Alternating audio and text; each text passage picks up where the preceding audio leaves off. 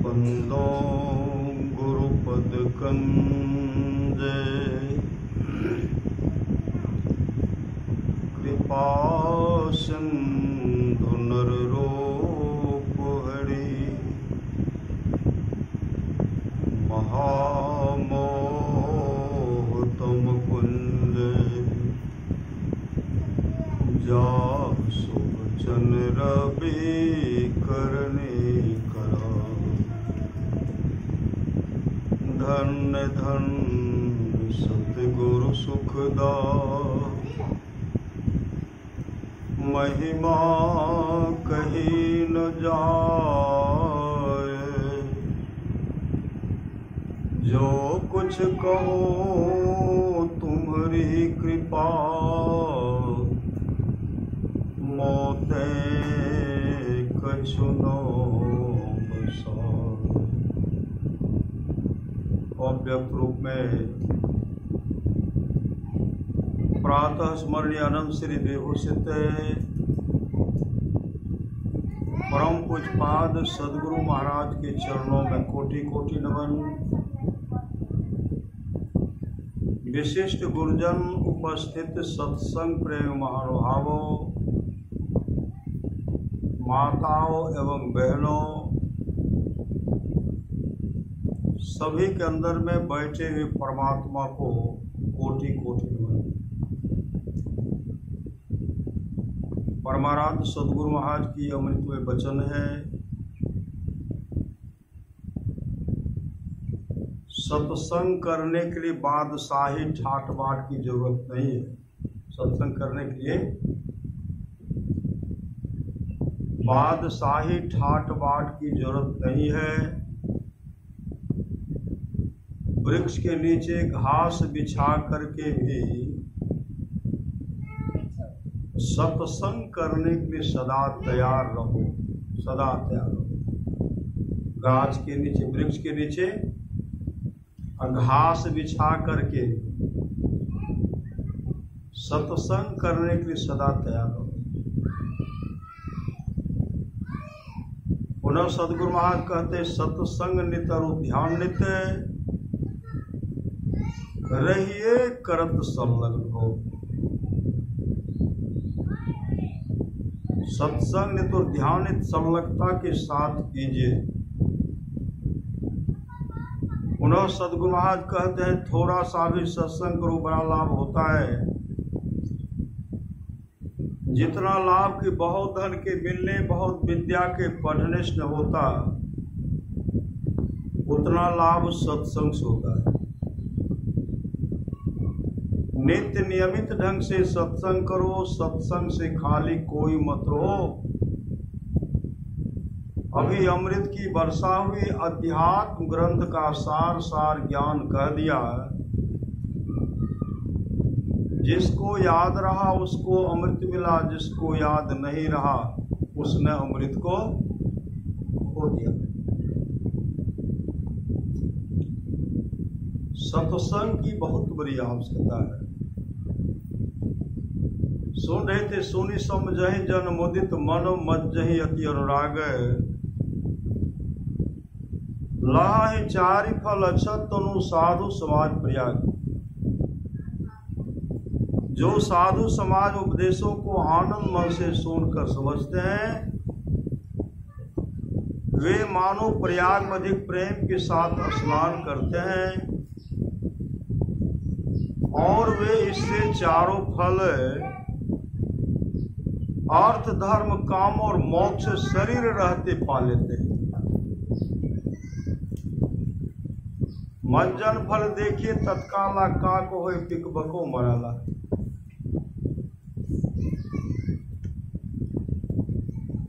इसलिए सत्संग की बहुत बड़ी आवश्यकता। सत्संग पुनः सदगुरु महाराज कहते जो लोग बहुत दिनों से सत्संग करते आ रहे हैं, अभी कर रहे हैं, आगे भी करेंगे, वे सभी महासुख के भागी, महासुख के भागी होंगे। इसलिए जीवन में सत्संग चाहिए, सत्संग चाहिए। मति की रति गति भूत भलाई, जब जे ही जतन जहां जे पाए। सो जानब सत्संग प्रभाव, लोको वेदना अनुपाओ। ये तमाम चीजें आज तक जिस किसी को प्राप्त हुआ सत्संग के प्रभाव से जानना चाहिए। लोक और वेद में इसके मिलने का दूसरा कोई उपाय नहीं है। दुनिया का तमाम चीज, मति कीरति गति भूति भलाई, आज तक जिस किसी को प्राप्त हुआ है सत्संग के प्रभाव से जाना चाहिए। सत्संग के प्रभाव से लोक वेद न अनुपाय, लोक वेद का दूसरा कोई उपाय नहीं है। आप लोग जानते होंगे भगवान बुद्ध के समय की बात है।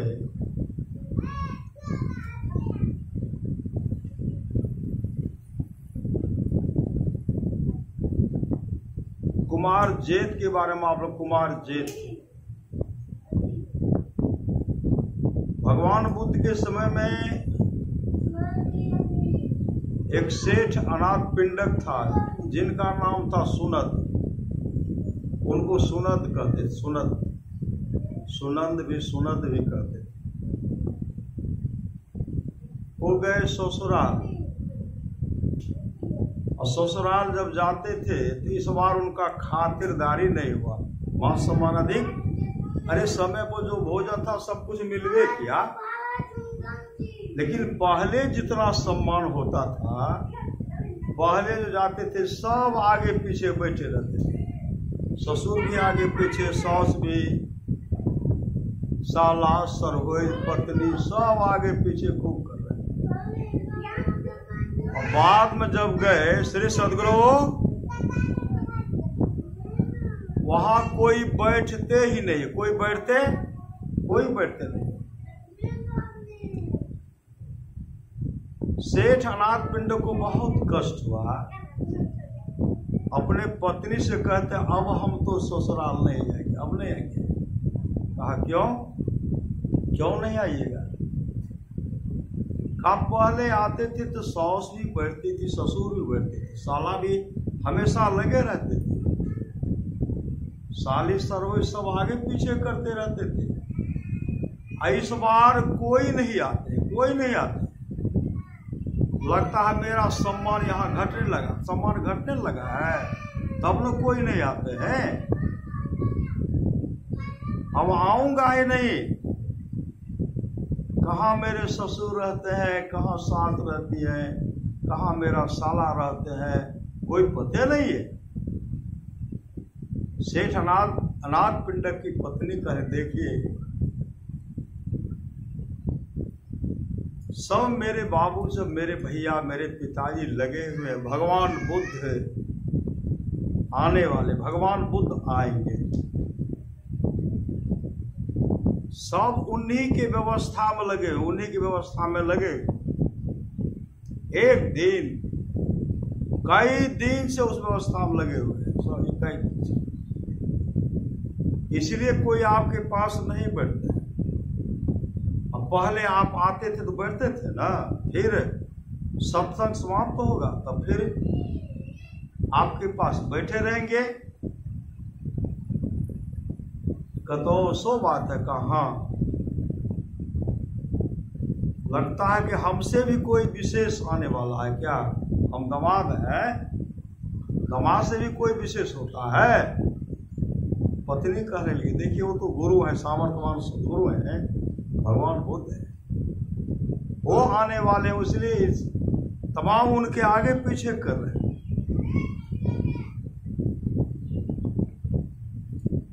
अनाथ पिंडक जा रहे थे घर, उनकी पत्नी आग्रह की कि नहीं आप रह जाए, इस बार नहीं है। तब कहता ठीक है हम परीक्षा ले लेते हैं, हम परीक्षा लेते, जब ले लेते हैं कि आप तो कहते आप बोल रहे हैं कि वो पहुंचे हुए संत सदगुरु हैं, हम परीक्षा लेंगे। क्या परीक्षा लेंगे? हम उनके पास जाएंगे, सत्संग जब प्रारंभ होगा ना, हम उनके पास जाएंगे, लेकिन हम उनको प्रणाम भी नहीं करेंगे।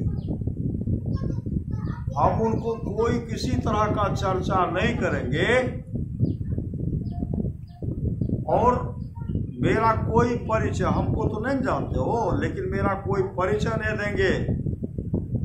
जब मेरा नाम पुकार करके कहेंगे कि आइए सुनंद जी आइए, और हम आपको अमुक दिन सत्संग का समय दे रहे हैं, आप अमुक दिन सत्संग करवाइए, बिना मांगे बिना पूछे मेरा नाम कह दे और मुझे सत्संग का समय दे दे, तब हम समझेंगे ये पहुंचे हुए सामर्थ्यवान सदगुरु है, संत है। पत्नी कर ले, आप अकेले में जाइए, किसी के संग में मत जाइए। भगवान बुद्ध बैठे हुए थे, उसी समय एक गए, धनाथ न था। अरे अनाथ पिंडक के यहाँ देवता रहते थे, देवता इनके द्वार पर रहते थे, इनके कमी को पूरा करने के लिए देवता रहते थे। जहां किसी तरह का कमी होता था वो पूरा करते थे। क्यों? कि देवता को वह जगह बहुत पसंद था, वह जगह पसंद जगह था। वह कब से? जब से सुनद अनाथ पिंडक भजन भेद लेकर के सत्संग करवाने लगे, तब से। और इनके पास अपार धन था, इनके पास अपार धन। जैसे वो पहुंचते हैं कहते आइए सुनंद जी, आइए सुनंद जी। इनका तो मथे चौक गया, न कोई परिचय नहीं पास। मैं जो चर्चा कर रहा था पत्नी के पास और तमाम के पास चर्चा कर रहे थे, और सभी बोल रहे हैं आइए आइए। तब कहते आप सत्संग कराइए, अमुक तिथि में अमुक तारीख को सत्संग करवाइए। उसी समय दौड़ पर चरण में लिपट गए, क्योंकि अंतर्यामी सदगुरु उनको मिल गया, चरण में लिपट गए। ऐसे हाथ जोड़े खड़े हैं, कहते महाराज मुझे सत्संग का समय दीजिए, सत्संग। कहा पहले आप सत्संग सुनिए। कई दिन तक वहां सत्संग चला, वह सत्संग का श्रवण किए। जीवन में कभी सत्संग सुने नहीं थे, और भगवान बुद्ध का इतना उन पर असर पड़ा, वो भगवान बुद्ध के शिष्य बन गए। तब कहते हमको सत्संग का समय दीजिए। भगवान बुद्ध कहते हाँ, मैं आपको सत्संग का समय देंगे, लेकिन उनके लिए सुंदर जगह चाहिए, सुंदर जगह। मेरा भिक्षु सब जाएगा, मेरा शिष्य सब जाएगा, उस जगह का चयन करेंगे। वर्षोवास का समय ऊंचा जगह होना चाहिए, ऊंचा जगह। गए तो कुमार जेत, उसको जेतवन कहते, वहां हम गए। श्री सदगुरु कुमार जेत वन, बेनोवन, गिरकुट पर्वत, भगवान बुद्ध जहां जहां ध्यान करते थे ना राजगीर में, वहां वहां हम गए।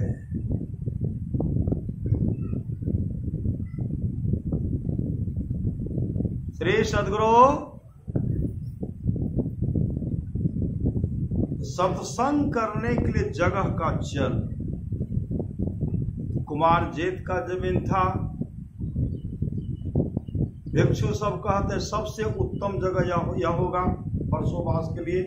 ऊंचा जगह है, समतल जगह है, सबको सत्संग सुनने ध्यान करने में मन लगे, यह सबसे उत्तम जगह है। तो सेठ अनाथ पिंडक क्या किए, उस पर पंडाल बनाना शुरू किए बिना पूछे। दिन में पंडाल बनाते थे और रात में कुमार जित का सिपाही सब आते थे और सब खुट्टा खम्भा उखाड़ करके चले जाते थे। कई दिन इस तरह चलता रहा कि पंडाल बनाता हूं लेकिन कौन ले लेते हैं, उखाड़ लेते हैं। सत्संग का समय तो नजदीक आ गया। तब किसी ने कहा आप दूसरे के जमीन में जो सत्संग कराना चाहते हैं, पंडाल बनाना चाहते हैं, कुमार जेठ से आप सलाह लिए, विचार किए, उनसे मांग किए। सेठ अनाथ पिंडक कहते हम उनसे क्या मांगे? कहा नहीं, जमीन उनका है तो मांगना तो पड़ेगा। तब सेठ अनाथ पिंडक कुमार जेठ के पास गए, कहते महाराज मैं चाहता हूं कि आपका जो जमीन है बहुत समतल जमीन है, वहां सत्संग कराना चाहते, भगवान बुद्ध का सत्संग होगा, प्रवचन होगा, और वह जमीन जो है 30 एकड़ है। 30 एकड़ 30 एकड़ जमीन में पंडाल बनेगा, सत्संग होगा, वह जगह हमको दीजिए। कहा जमीन तो मेरा था ना, बिना पूछे पंडाल क्यों बनाए? अरे आप सत्संगी, हम सत्संगी नहीं, आप कराना चाहते, हम कराना नहीं चाहते। कहा उत्तम जगह सब भिक्षु सब उसी जगह को पसंद किए हैं। तो कुमार जेठ कहते देखिए, जितनी जमीन आपको चाहिए, जितनी जमीन में आप सत्संग कराना चाहते हैं, जितना जमीन चाहिए, उतनी जमीन पर, मतलब उतना जमीन पर सोना का सिक्का, सोना का मोहर बिछाना पड़ेगा। सोना का मोहर, सोना का सिक्का, सोना का मोहर बिछाना पड़ेगा। सब मोहर मेरा होगा, सब मोहर, सोना का मोहर सब मेरा हो जाएगा, वह आपका नहीं होगा। और सत्संग कराने के बाद वह जमीन भी मेरा हो जाएगा। अब एक सोना का मोहर है, सिक्का है, कितना कीमत होगा? सेठ अनाथ पिंडक कहते हाँ ठीक है, मुझे सोना भी नहीं चाहिए, जमीन भी नहीं चाहिए, लेकिन मुझे चाहिए तो सत्संग चाहिए। सत्संग मेरे सामर्थ्यवान सदगुरु वहां प्रवचन करेंगे। जब सोना का सिक्का मोहर गिराने लगे, गिरा रहे, भर रहे, भर रहे, भर रहे,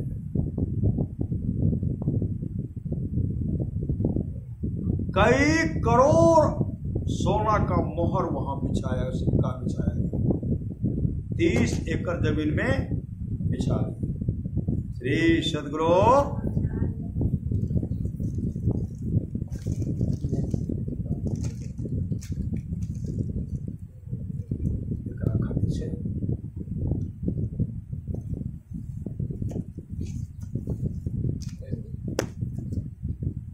श्री सदगुरु 30 एकड़ जमीन में बिछाए। जब सत्संग प्रारंभ हुआ, सेठ अनाथ पिंडक इतने श्रद्धा से सत्संग सुने, सेठ अनाथ पिंडक का तो जीवन ही बदल गया, बदल गया। कुमार जेठ भी सुनते थे। सत्संग समाप्ति के बाद सोना का सिक्का जब वहीं रखा, मोहर वहीं रखा, सबको जमा कोई नहीं उठाए, सबको बगल में ढेर कर दिए। सेठ अनाथ पिंडक कुमार जेठ से कहते हैं आप सोना का मोहर ले जाइए और सर्की ले जाइए, और जमीन आपका हम खाली कर दें। अब कुमार जेठ कहते अब हमको सोना का सिक्का नहीं चाहिए, सोना का मोहर भी नहीं चाहिए, और जिस जमीन पर सत्संग हुआ वह जमीन भी हमको नहीं चाहिए। इसलिए आप, कुमार जेठ कहते आप सोना का मोहर ले जाइए। सेठ अनाथ पिंडक, सेठ अनाथ पर कहना है नहीं, मैंने पहले कह दिया कि मैं नहीं लूंगा, आपने पहले कहा लूंगा, इसलिए आप लीजिए, जमीन भी ले लीजिए। कुमार जेठ कहते नो जमीन चाहिए, नो सोना का सिवा फसल भी चाहिए, इसलिए आप जल्दी से जमीन को ले लीजिए और सोना का मोहर भी ले लीजिए। अब तो बड़ा समस्या है, अनाथ पिंडक तो लेना ही नहीं चाहते हैं, कुमार जेठ भी लेना नहीं चाहते हैं। तब भगवान बुद्ध से विचार लिए, परामर्श किए, कहते भगवान कुमार जे तो न सोना जमीन लेना चाहते, न सोना का असरफी लेना चाहते हैं। उस रुपया का क्या किया जाए? कहा प्लेट, कहा हम भी तो नहीं लेंगे, हम भी पहले कदे कम ले लेंगे।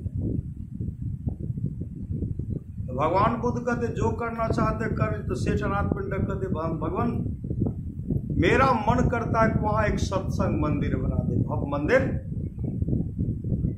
सुंदर मंदिर बना दें, उस जगह सुंदर मंदिर, और उसमें बराबर सत्संग होते रहेगा। भगवान बुद्ध कहते हैं बना दीजिए। जो भी सोना का मोहर था उसको भजा करके उसमें सुंदर सत्संग मंदिर बना, सत्संग मंदिर बना। भगवान बुद्ध से उद्घाटन कराए। सेठ अनाथ पिंडक कहते भंते मेरा मन करता है इस मंदिर का नाम जो है कुमार जेतवन रखा जाए। जेतवन, कुमार जेतवन, उनका नाम था कुमार जेत, तो जेतवन रखा जाए। भगवान को कहते बस तो ठीक है, जेतवन होगा। अभी भी जेतवन भगवान को चर्चा करते थे। आनंद यह सेठ अनाथ पिंडक जो यह सत्संग मंदिर दिया है, बहुत ध्यान बनता है यहाँ, बहुत बड़ाई करते थे, बहुत बड़ाई करते थे। और जानते हैं सेठ अनाथ पिंडक 100 परिवार मिलकर के इतनी संलग्नता के साथ सत्संग करते थे। एक दिन की बात है, सेठ अनाथ पिंडक अपने पुत्र को कहते हैं, उनका नाम था काल। महापुरुष की वाणी, अपने पुत्र को भी सत्संग में लाइए। अगर पहले से सत्संग में लगाइएगा तो उनका विचारधारा बदलेगा। हम सत्संगी छे तो हमारा गलत रास्ता पर नहीं जाना चाहिए। सदगुरु लोग कहते सत्संगियों सभी नए हेरा फेरी करे छे, पहले से उनको लगाइए। राजा बिंबिसार को भगवान बुद्ध कहते थे राजन आप अकेले सत्संग में आते हैं, अपने पुत्र को भी अजातशत्रु को भी लाइए। राजा बिंबिसार ने कहा अजातशत्रु मैं चाहता हूं कि मैं तुमको उत्तराधिकारी दूं, मैं तुमको राजा बना दूं। श्री सदगुरु मैं तुमको राजा बना दूं, मेरा विचार करता मैं गद्दी सिंहासन सौंप दूं। तो कुमार अजातशत्रु कहते हाँ पिताजी, अब आपसे सब मरने वाला भी नहीं, आपसे चलने वाला नहीं है। एक काम करो, चलो भगवान बुद्ध के पास। भगवान बुद्ध के पास यह विचारधारा रखेंगे, तुमको राज तिलक भी करवा देंगे। अजातशत्रु कहते हैं उस बुद्ध के बारे में बोल रहे हैं, अरे मेरा शुभचिंतक देवदत्त है, देवदत्त जो बहुत बड़े दुष्ट थे। भगवान बुद्ध को सताने का हमेशा प्रयास करते, देवदत्त हमेशा सताते थे। वह मेरा शुभचिंतक है, वो मुझे बुलाएंगे उसके पास। कहा चलो तुम, कहा वहां नहीं जाएंगे। उसी समय कहते देवदत्त पुकारते हैं अजातशत्रु, कहा मेरे हाँ गुरुदेव, मेरा गुरुदेव पुकारे। मतलब दोनों नरक में ठेलम ठेला, गुरु भी नरक में और चेला भी नरक में। श्री सदगुरु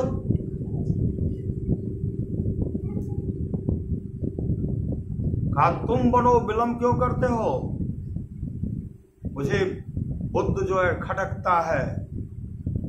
हम चाहते कि बुद्ध की जितनी जल्दी मृत्यु हो जाए, हम चाहते।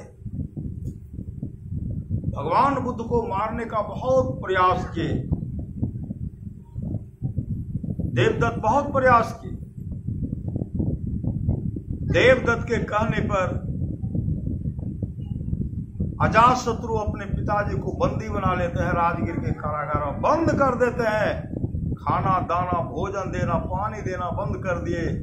पुराने मंत्री के कहने पर सिर्फ पानी दिया जाता था। ऐसा दुष्ट पुत्र का जन्म हुआ। राजा बिंबिसार को आत्महत्या करना पड़ा। क्यों? भोजन नहीं देते थे, बहुत कष्ट देते थे।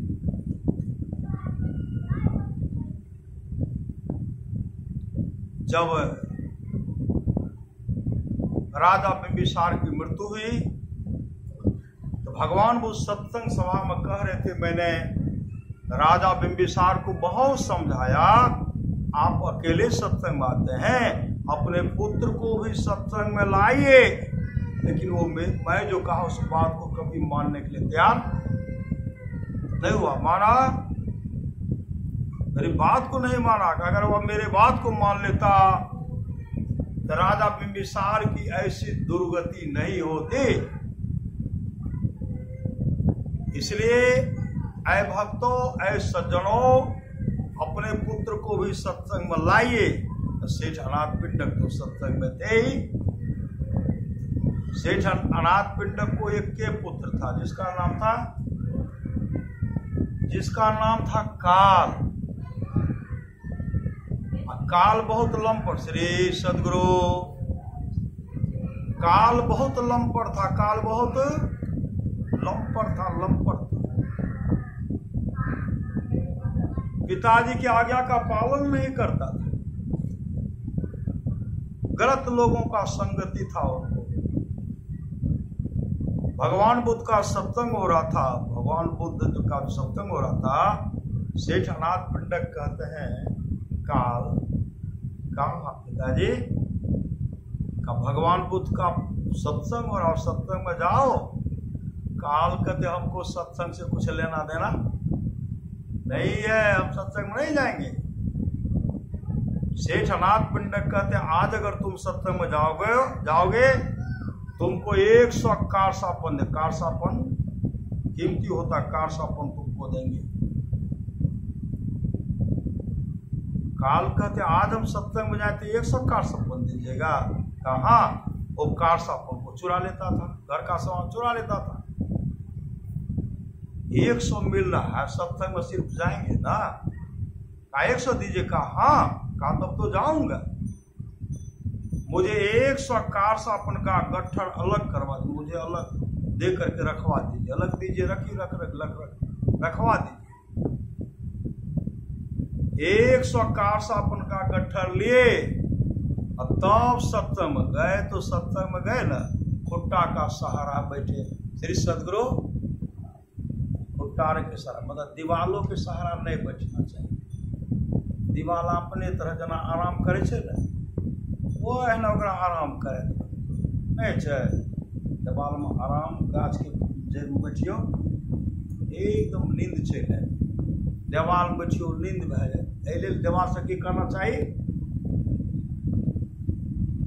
हट के बैठना चाहिए। श्री सदगुरु गए, सत्संग में गए, खुट्टा का सहारा लेकर के बैठ, खुट्टा का सहारा लेकर के बैठ गए। भगवान बुद्ध का प्रवचन हो रहा है, धारा प्रवाह प्रवचन हो रहा है। वो खुट्टा के सहारे में लिए गहरी नींद में सो गए। अब क्या प्रवचन हुआ, क्या सुनेंगे? गहरी नींद में सो गए तो सुन पाएंगे? गहरी नींद में सो गए। अब बीच में नींद टूट गई, और टूट गई तो उठ करके चल दिए कई गांव भ्रमण करते। कई गांव भ्रमण करते करते उस दिन घर नहीं आए। सेठ अनाथ पिंडक काफी चिंतित है, कभी तक मेरा पुत्र काल सत्संग से नहीं आया, ये तो भ्रमण करने में लग। कई गांव घूमते घूमते दूसरे दिन घर आए। जैसे घर आए तो सेठ अनाथ पिंडक कहते, कल भगवान बुद्ध का क्या सब प्रवचन हुआ, उस प्रवचन सुनाओ। तुमको हम 100 कारसापन देते, प्रवचन सुनाओ। काल कहते हैं, पिताजी हम तो सत्संग में गए, लेकिन हम सत्संग सुने कहाँ?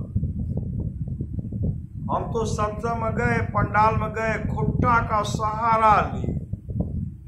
खुट्टा का सहारा जैसे लिए, नींद आ गई, हम गहरी नींद में सो गए। और नींद टूटने के बाद भगवान बुद्ध का प्रवचन हो ही रहा था। हम तो कई गांव घूमते घूमते अभी आ रहे। सेठ अनाथ पिंडक कहते, आज फिर सत्संग हो रहा है, आज तुम जाओ काल कहते अब हम सत्संग में नहीं जाएंगे, हमको सत्संग से कुछ लेना देना नहीं है, हम जाएंगे नहीं। सेठनाथ पिंडक कहते आज अगर तुम सत्संग में जाओगे ना, कल तो 100 कारसापन दिए थे, कहा आज तुमको 1000 देंगे, 1000 कारसापन हम तुमको देंगे।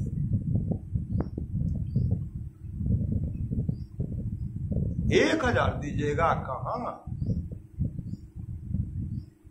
कहा तब तो जाऊंगा। 1000 कारसापन हमको दीजिए। 1000 कारसापन गट्ठर में बंधवा दिए। तब के जब सत्संग में जाने लगे, सेठनाथ पिंडक कहते काल आज हम तुमको 1000 कारसापन दिए। आज भगवान बुद्ध का जो जो प्रवचन होगा वह प्रवचन सुन करके सुनाना पड़ेगा। काल उसी समय हाँ भरते हुए कहते पिताजी आज मैं सत्संग में सबसे पहले जाऊंगा, आगे बैठूंगा, भगवान बुद्ध का प्रवचन सुनूंगा और सुन करके आपको सुनाऊंगा। उसी समय सत्संग में चल दिए। जैसे सत्संग में जाते हैं सबसे आगे बैठे, भगवान बुद्ध मंचासीन थे, आगे बैठते एक टक आज भगवान बुद्ध को देख रहे हैं, एक टक भगवान बुद्ध को देख रहे हैं। भगवान बुद्ध का प्रवचन हो रहा है, इस श्रद्धा पूर्वक सत्संग सुन रहे हैं, प्रवचन हो रहा है वो सुन रहे हैं। सुनते सुनते काल को समाधि लग गई, समाधि लग गई। सत्संग समाप्त हो गया, श्रोता सब निकल गए, भगवान बुद्ध भी अपने निवास में गए, भिक्षु सब निकल गए। अब काल सत्संग पंडाले में बैठे, काल को तो समाधि लग गई, समाधि। सेठनाथ पिंडक शाम में विचार कर रहे हैं, घर पर थे कि मेरा पुत्र अभी तक काल सत्संग से नहीं आया, मेरे पुत्र काल को क्या हो गया, न जाने मेरे पुत्र को काल को क्या होगा, अभी तक नहीं आए हैं। इस तरह से वो मन में सोच रहे, बोल रहे। भगवान वो ध्यान में बैठे, ध्यान में उनके मन की बात को जान गए। सेठनाथ पिंडक काफी चिंतित हैं। उसी समय भगवान बुद्ध आए, सत्संग पंडाल में आए। श्री सदगुरु पंडाल में जब आए तो देखते हैं काल को समाधि लग गई, काल को समाधि लग गई है। भगवान बुद्ध देख उनके दृष्टि की पहुंच कहाँ है, कहाँ उनका मन का ठहरा है, सब जान गए। उनके पेट को थपथपाते हुए कहते, पुत्र काल उठो, तुम्हारा पिताजी तुम्हारा इंतजार कर रहे हैं। काल जब आंख खोलते हैं तो सामने में सदगुरु थे, चरण लिपट गए। भगवान बुद्ध आगे आगे पीछे पीछे। काल सेठनाथ पिंडक के घर पर गए, वहां भोजन का व्यवस्था किया गया। दोनों एक ही जगह बैठ करके भोजन कर रहे हैं, लेकिन काल आज न इधर देख रहा न उधर देख रहा है। गुरुदेव गुरु महाराज कहते अगल बगल कहे दृष्टि न डोले और सन्मुख बिंदु पकड़ लागी। कौन जगह देखना चाहिए, देखना चाहिए गुरु, यहां अपने दृष्टि को भौहों के बीच में टिका करके रखना। सन्मुख बिंदु पकड़ लागे और सुखमनिया में मोरी नजर लागे। काल न इधर देखता न उधर देखता, सिर्फ थाल में हाथ देते, थाली में हाथ देते, भोजन उठा कर खा रहे, न इधर न उधर। सेठनाथ पिंडक देखते हैं, पहले दिन मेरा पुत्र काल जब तक कारसापन लिया नहीं तब तक सत्संग में गया नहीं। आज तो लेना दूर रहा, देखता तक भी नहीं है। 1000 कारसापन का गट्ठा रखा हुआ है, लेना तो दूर रहा, देखता तक भी नहीं है। आज मेरे पुत्र काल को क्या हो गया, किनकी आंखें लग गए, किनकी नजर लग गई। उसी से भगवान बुद्ध कहते शेर जी आज आपके पुत्र को किसी की आंखें, किसी की नजर नहीं लगी है। आज आपके पुत्र काल को उस सुख की प्राप्ति हो गई है जिस सुख के सामने तीनों लोक की संपदा जो है तुच्छ है, तुच्छ है, तुच्छ है। मतलब सम्राट के पद से भी आगे का सुख, इंद्रलोक के सुख से भी आगे का सुख है, और ब्रह्मलोक के भी सुख से आगे का सुख है। आपके पुत्र काल को प्राप्त हो गया, आपके पुत्र काल को प्राप्त हो गया। काल जब आंख खोलते हैं ना, आंख, काल का मुखाकृति, मुखमंडल चमक रहा था, मुखमंडल चमक रहा था। आज काल प्रकाश का दर्शन की, प्रकाश का दर्शन की। पर महाराज सुभा की वाणी है, सम्राट के पद से, मतलब काल को भगवान बुद्ध कहते सम्राट के पद से भी आगे का सुख, इंद्रलोक के सुख से भी आगे का सुख है, और ब्रह्मलोक के सुख से भी आगे का सुख है। आपके पुत्र को आपके पुत्र काल को प्राप्त हो गया है। आपके पुत्र काल के सामने तीनों लोक की संपदा जो है तुच्छ है, तुच्छ है, तुच्छ है। और महाराज सुभाष कहते हैं नित्य प्रति सत्संग कर ले प्यारा, तेरा काल सरे सारा। सार काल को निर्णय करके धर चेतन धारा, धर चेतन धारा पिंड के पारा दसम द्वारे का, ज्योति जग जावे अति सुख पावे शब्द सहारे का। लख बिंदु नाद तह त्रय बंदे के, सुनो सुनो में ही ब्रह्मनाद का दरो धरो सहारा। आपन तन में ही निज तन में खोज सज्जन, बाहर न खोजना अपने ही घट में हरि है। अपने में खोज ना, वह अपने परमात्मा, अपने में अपने आत्म स्वरूप का दर्शन करना है। जो अपने आत्म स्वरूप का दर्शन करने के उसका परम कल्याण होता है। भगवान कृष्ण का जन्मदिन मनाया जा रहा था। जन्मदिन के अवसर पर देवर्षि नारद भी पहुंचे, देवर्षि नारद पहुंचे, पुरोहित गार्गाचार्य जी भी थे।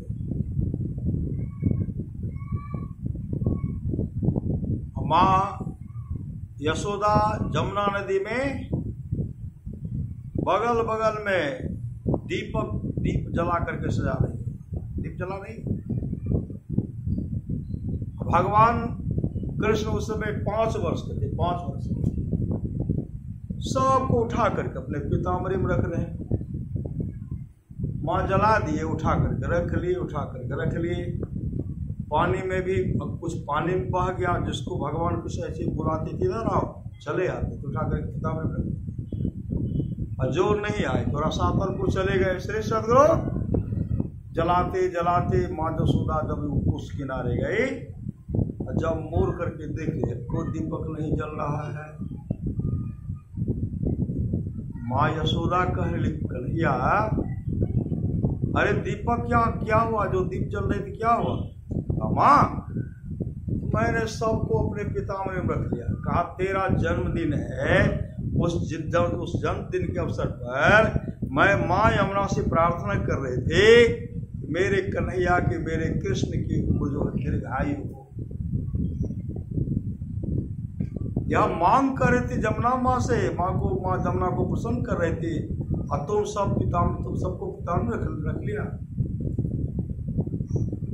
इसी में भगवान कृष्ण कहते, माँ जो मेरे बुलाने पर नहीं आया और रसातल को चलेगा। जिन जिन दीपक को मैंने अपने हाथों से उठाया है, जिनको बुलाया मैं अपने पिताम्बरी में रखा है, मैंने सबको अपना गोलोक धाम दे दिया, गोलोक धाम को भेज दिया। उसके सदगुरु गोलोक धाम को भेज दिया। जन्मदिन के अवसर पर तो बहुत आदमी सत्संग कराते हैं, नहीं कराते हैं? आज देखिए यहाँ का व्यवस्था देखिए। श्री सदगुरु जन्मदिन के बच्चे की जन्मदिन के अवसर पर क्या हो रहा है? माही कुमारी ने माही उनका जन्मदिन, उनके लिए सत्संग हो रहा है। सत्संग सबके जन्मदिन, सबके छठी शिला, सबके मुंडन संस्कार के अवसर पर सत्संग नहीं होता है। लोग छठी शिला भी मनाते हैं ना, बहुत जगह सत्संग होता है और बहुत जगह मछली मांस अंडा का व्यवस्था करते, शराब का व्यवस्था करते हैं, शराब का व्यवस्था करते हैं। बच्चे को लाभ क्या होगा? धन की भी बर्बादी, अहिंसात्मक काम हो गया, अनिष्ट। आज देखिए ऐसा है कि मतलब दुर्गा पूजा भी है न श्री सदगुरु। अरे बेटी को तो दुर्गा का रूपिण कहा गया, लड़की क्या दुर्गा है, परम प्रचंडनी शक्ति है, उसे आदि शक्ति सब शक्ति उनको कहा गया शक्ति। आज बच्ची का जन्मदिन हो रहा है तो सदगुरु महाराज से प्रार्थना है कि उस बच्ची का देख रेख करेंगे। अब बहुत जगह शराब पी के मस्त न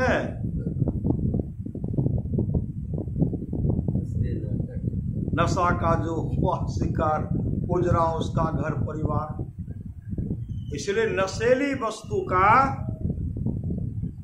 व्यवहार नहीं होना चाहिए।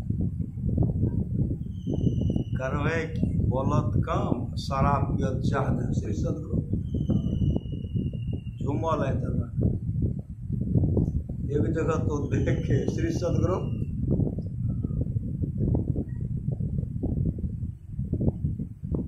पति भी था मस्त बलिष्ठ, पत्नी भी बराबर। पत्नी कहा करती थी सवेरे में क्यों नहीं आते, काहे शराब पीते, काहे शराब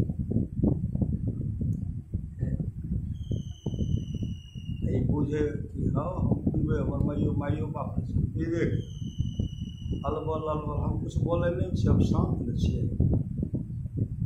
अपने माँ बाप को खबर कर दे शराब पी कैल छो। एक दिन उनको समझाने लगी, पत्नी समझाने लगी शराब पीते हैं आपको देखते हैं बच्चा सब जब बिगड़ जाएगा तब। कहा मेरा बच्चा बिगड़ने वाला नहीं है।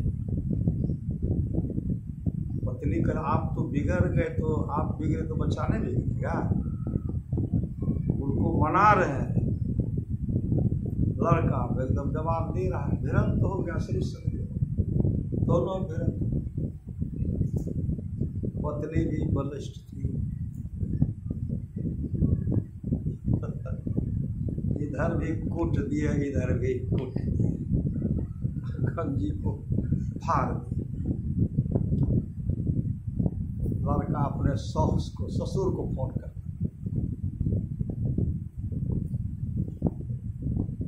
मेरे साथ देखिए इस तरह कर रही है। वो बेचारे तो पहले के दर की भाई बराबर शराब पी का बच्चा समझावे नहीं समझे। श्री सदगुरु उधर से सौस भी आ गए, ससुर भी आ गए, मतलब आ गए। इधर चल रहा है भिरन।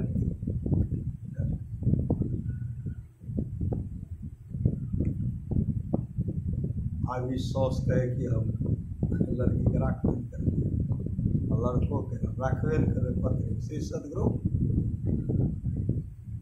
होते होते किसी तरह समझौता हो गया, अभी ठीक है।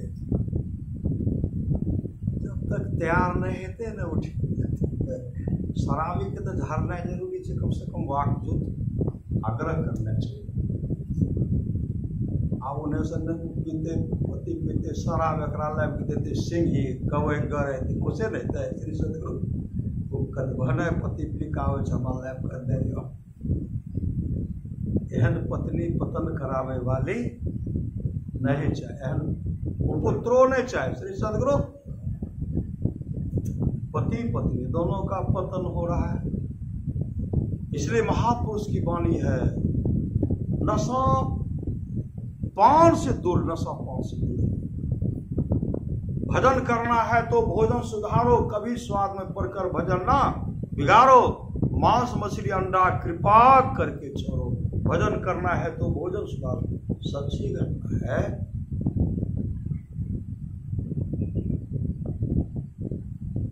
नजर के सामने मैंने देखा है, जब वहां पहुंचते थे पत्नी रोने लगती थी। बाबा की करिए तो मछली मांस शराब पिए छे, तारी गाछ पर चढ़ कर तारी उतारे छे, सबके बैठा के हे रूम में खिलावे छे, हमरा कॉल आर छोड़ नहीं दै छी, तैयो हमरा गाली गलौज करते रहे छे, एना एना बोलते रहे छे, मानते नहीं छे। सबके बैठा के कुछ आदमी कुछ बोल दिए, उनको नहीं बोलते हैं। हम जा रहे थे, कहते हैं बाबा चला के क्या न समझाए दे छी, हम पिए छी तो हमें केकरो थोड़े पिए छी, हम तो दूसरे के पी ले छी, हम बेचियो ले छी, हमें पीबियो ले छी, और जोम रहते अपन चला के समझाए दीदियो। श्री सदगुरु, श्री सदगुरु। हम इधर भी समझाते थे, ये तो समझ जाती थी, पति समझ नहीं थी, फिर मैंने हमेशा आती थी गाली गलौज। एक दिन वो क्या किए, अपने पत्नी से कहते हैं आवे छे शाम में आवे छे, तब एक गुरु महाराज जब उठा के फेंकबे न तब पता तोरा चलते। ऐसे सच्ची घटना है, उठबे फेंकबे तब तोरा पता चलते। वो सुबह में निकलते थे, नहीं भी खाते थे, बीच में आते थे कहीं पीते थे, निकलेंगे सवेरे तो शामे में, स्नान करते महीना में एक बेर, बीड़ी सब बीड़ी भी संसार नहीं होता है। कहते हैं सवेरे समाप्त कर जाए छो भाई अपना गुरु महाराज फेंकबे घर से, फेंकबे वहां जैसे वहां से निकले ना, वहां उठे ना, जो ताश खेलता था, जहां वो जुआ खेलता था, एकाएक उनका शरीर का शक्ति शून्य हो गया, शून्य, एक भाग उनका यहां से वहां शून्य हो गया। हे पकड़ो लाइछा, हम गिर पड़वे, लुढ़क गए, गिर गए। अब एक भाग यहां से काम नहीं कर रहा है, सब मिल करके यहां उठा करके लाए, तो हे अब बेहोश पर पत्नी को मन बोले पीने अच्छे बेहोश बोले, लेकिन हाथ हार नहीं उठा, तुरंत ले गए किशनगंज। किशनगंज डॉक्टर ने कहा इनको पैरालिसिस मार गया, बोलता नहीं है, इनका ब्रेन हेमरेज हो सकता है। ले गए भागलपुर, का इनको पैरालिसिस मार गया, इनका ब्रेन हेमरेज हो जाएगा। ले गए सिल्लीगुड़ी, सालों में हमको वहाँ से फोन करते हैं, एक डॉक्टर साहब से बात करा ना बाबा से, बड़ा नहीं 6 श्री सदगुरु, वो का नाम नहीं बोलूँगा, ये पूरे चाहिए थे सर, श्री सदगुरु पूरे हमसे फोन किए, इसी से बात, बहुत हालत गड़बड़ से, गुरु महाराज हमारा कौन ही सदा दे देती है, जे भी उनकर अपन कर्म के फल से बोले कर्म के फल से, उनको धैर्य बढ़ाए, गुरु महाराज को भरोसा रखिए। होते होते लगभग उनमें लग गया 9 लाख रुपया लगा, 9 लाख। वहां से जब आए न, पूरा ठीक है, चल रहा है, हाथ ऐसे कांप रहा है, चल रहा है, लेकिन अब जो है ना, पत्नी खूब सेवा की,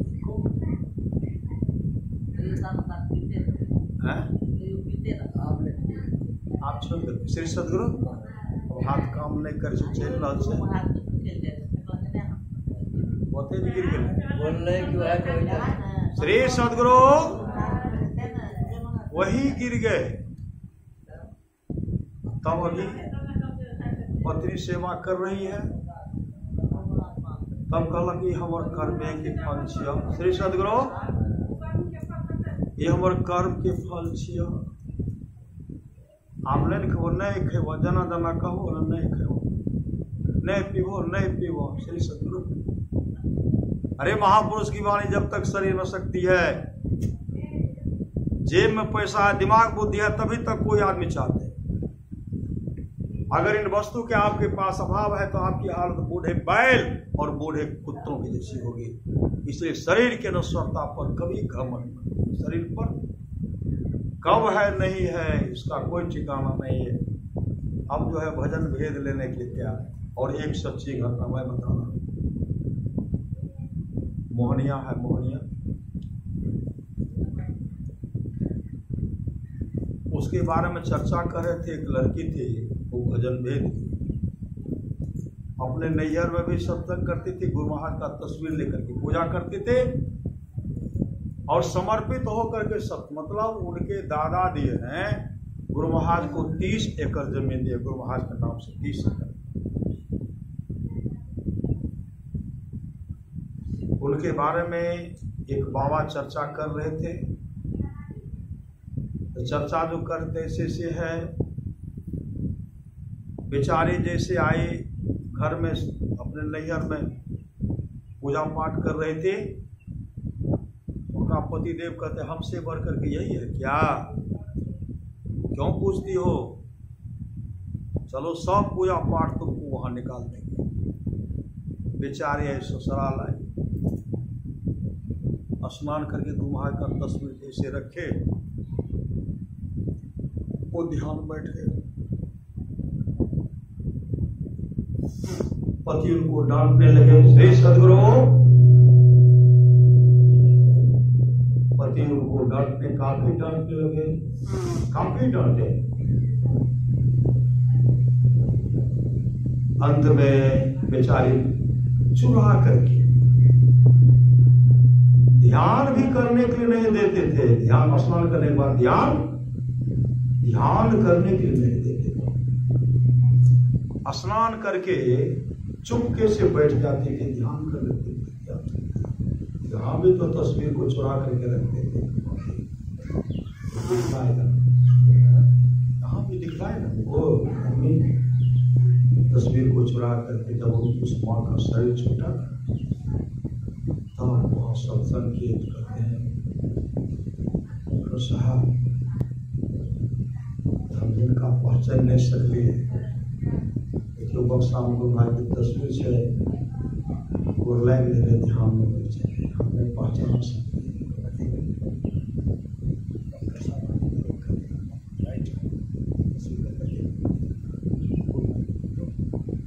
कभी पूजा नहीं करते, डर सकते बेचारे, सब दिन ध्यान भजन करते रहेंगे थे, पकड़ नहीं सकते। कितनी बड़ा महान है, लेकिन हमें इतने बड़ा नहीं बना सकते। एक जगह सत्संग हो रहा था, सत्संग, उनके पतिदेव कहते हैं सब बहुत बड़ा सब आए थे। अपने पत्नी से कहते चलो ना सत्संग, आप सत्संग नहीं गए, बहुत तस्वीर लगा, गुरु महाराज का तस्वीर तो बहुत है, सत्संग में जाना चाहिए, तस्वीर ला के रखना चाहिए। बेचारी समझ गई कि पति हमारा भागे खुश,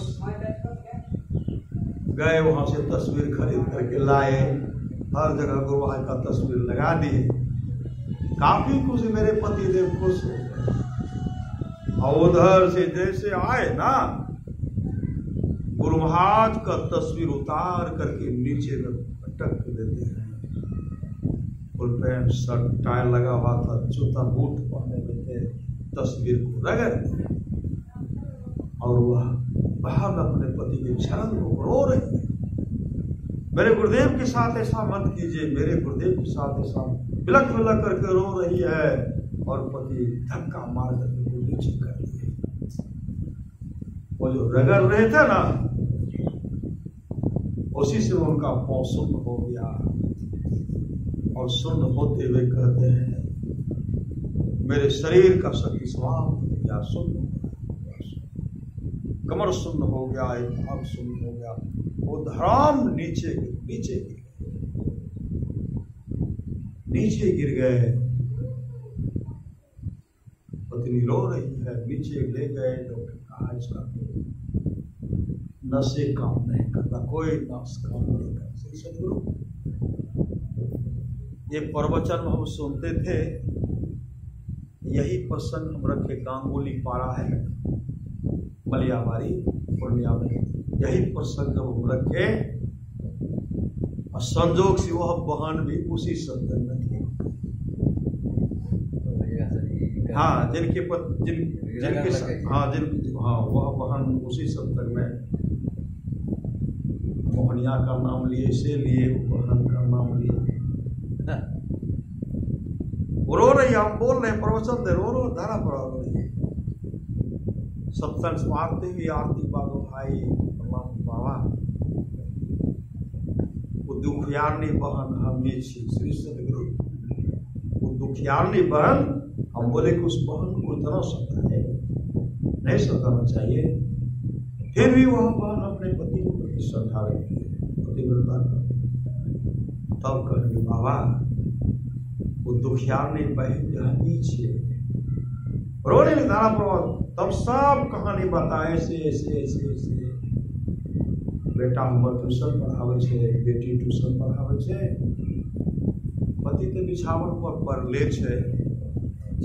हाँ, मछली मांस तो नहीं है मिले छे, शराब नहीं है मिले छे, लेकिन सेवा के रहल छे, खिलाए रहल छे, दुखा जब तक रखे अपाहिजे के बच्चे कई वर्ष। इनको कभी तस्वीर मत समझिए, तस्वीर। एक गुरुदेव प्रकट होते, मेरे गांव में प्रकट हो गए। हम सत्संग कर रहे थे, सत्संग मंदिर में सिंहासन पर गुरुदेव बैठे हुए हैं। हम प्रवचन, हमें गुरुदेव का संस्मरण सुना रहे हैं। जो भक्त हमसे प्रश्न किए थे, उस भक्त को गुरुदेव दर्शन दे रहे हैं। मेरे को में गमेंद्र बाबू को गुरुदेव साक्षात दर्शन दिए। हम बंदो स्तुति जैसे शुरू कर तो कहते धीरेन्द्र, हम उनको देखते तो रो रहे। रमन जी का स्तुति किए, ध्यान किए, रमन जी का पाठ किए, शांति संदेश का पाठ के बीच बीच में देख रहे थे उनको। वो धारा प्रवाह से बहा रहे थे। जब आरती भी कहते श्री सदगुरु महाराज की जय। जब आंख खोलते हैं तो बंद करते हैं हम लोग, फिर आंख खोले तो गुरुदेव गायब हो गए। वहां से आए और कहते हैं गमेंद्र बाबू, गुरु महाराज जखनी सब संतन की बड़ी बलिहारी करो न, गुरु महाराज ना के लाठी के ना छरी गार नहीं ना, तोरा आगा मना का गाड़ दो, तोरा देखे रहो, सबके देखे रहो। हम कहलिए धीरेन्द्र, गुरु महाराज ले बैठे कहो ना, गुरु महाराज ले बैठे टाल नहीं कर लो। हम कह धीरेन्द्र, हमार आवाज गायब भे गला, आब उठ के जेबे तोरा कहेले तो हम दीवान में सटले रही। दूसरे सदगुरु सत्संग आरती समाप्त हो गया, आंख बंद के लिए कन्हे के लिए गुरु महाराज करेगा, आकर के धारा प्रभाव आंसू आ रहे थे, रो रो के बता रहे थे। इतने बड़े सामर्थ्यवान सदगुरु हैं। मैं अपने यहाँ सत्संग करवा रहे थे, मेरे यहाँ सत्संग हो रहा था, मैं गुरुदेव का संस्मरण सुन रहा था, पिछले जी थे। गुरु महाराज छड़ी लेकर के प्रकट हो गए। श्री सदगुरु गुरु महाराज छड़ी लेकर के प्रकट हो गए। एक कुलो बाबू, कुलो चौधरी कहते हैं, यहाँ बैठने जाओ। उनका गौची सत्संग मंदिर में जो गुरु महाराज के हाथ में चढ़का लाठी चले, गुरु महाराज खड़ा छे, देखियो श्री सदगुरु। इसलिए गुरु सतगुरु समहित नहीं को निश्चित करिए सेवे, और तन मन आत्म रक्षक है गुरु।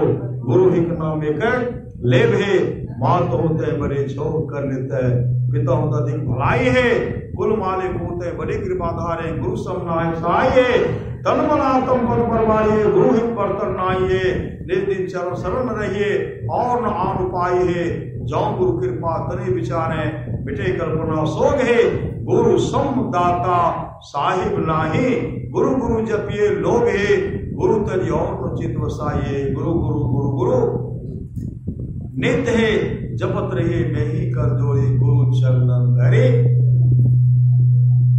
चित्त है। तो भगवान कृष्ण का दर्शन करने के लिए देवर्षि नारद पहुंचे, श्री सदगुरु कब करा, देवर्षि नारद जैसे वहां पहुंचते हैं, मां रुक्मणी रसोई घर में रसोई बना रही थी। रसोई, मां रुक्मणी रसोई घर में रसोई बना रहे थे। देवर्षि नारद वहां गए तो प्रभु को नहीं देख रहे, भगवान कृष्ण को नहीं देख रहे हैं, इधर उधर नजर दौड़ाते हैं, नहीं देखे। देवर्षि नारद मां रुक्मणी से कहते हैं, आप रसोई घर में रसोई बना रहे हैं, प्रभु कहाँ है? प्रभु, मां रुक्मणी ऐसे इशारा करते हैं कि प्रभु पूजा घर में ध्यान कर रहे हैं, पूजा घर में पूजा कर रहे हैं, ध्यान कर रहे हैं। देवर्षि नारद जब वहां गए तो भगवान कृष्ण ध्यानस्थ थे, ध्यान में मगन थे, और उनका मुखाकृति मुखमंडल चमक रहा था, मुखाकृति मुखमंडल चमक रहा था। जैसे आंख खोलते हैं तो मुखाकृति मुखमंडल चमक रहा था, और भगवान कृष्ण कहते, आइए देवर्षि, आइए देवर्षि, आइए देवर्षि। देवर्षि नारद वहां गए और कहते, भगवान सारा संसार तो आपका ध्यान करते हैं, आपका पूजा करते हैं, आप किनका ध्यान करते हैं, आप किनका पूजा करते हैं? भगवान कृष्ण कहते, मैं अपने भक्तों का ध्यान करता हूं, मैं अपने भक्तों के लिए ध्यान करता हूं। यह सत्संग का मर्यादा है, इसलिए जीवन में सत्संगित और ध्यान कीजिए, ये लोग परलोक मंगल होगा। आज का सत्संग जो माही कुमारी की जन्मदिन के अवसर पर हो रहा है। मति की रति गति भूत भलाई, जब जही जतन जहां जी पाए, सो जानव सत्संग प्रभु लोग को वेदनो अनुभव, तमाम चीज आज तक किसी को प्राप्त हुआ है। सत्संग के प्रभाव से जाना चाहिए, लोक और वेद इसके मिलने का दूसरा कोई उपाय नहीं है। सत्संग हो रहा है, जो कामना है, चाहना है, उनके चाहना को, मनोकामना को गुरुदेव भी पूरा करेंगे। बोलिए प्रेम से श्री सदगुरु महाराज की जय। तमाम भक्त जो है उनके भी मनोकामना को, चाहना को गुरुदेव पूरा करेंगे। बोलिए प्रेम से श्री सदगुरु महाराज की जय। हाँ, बात करो।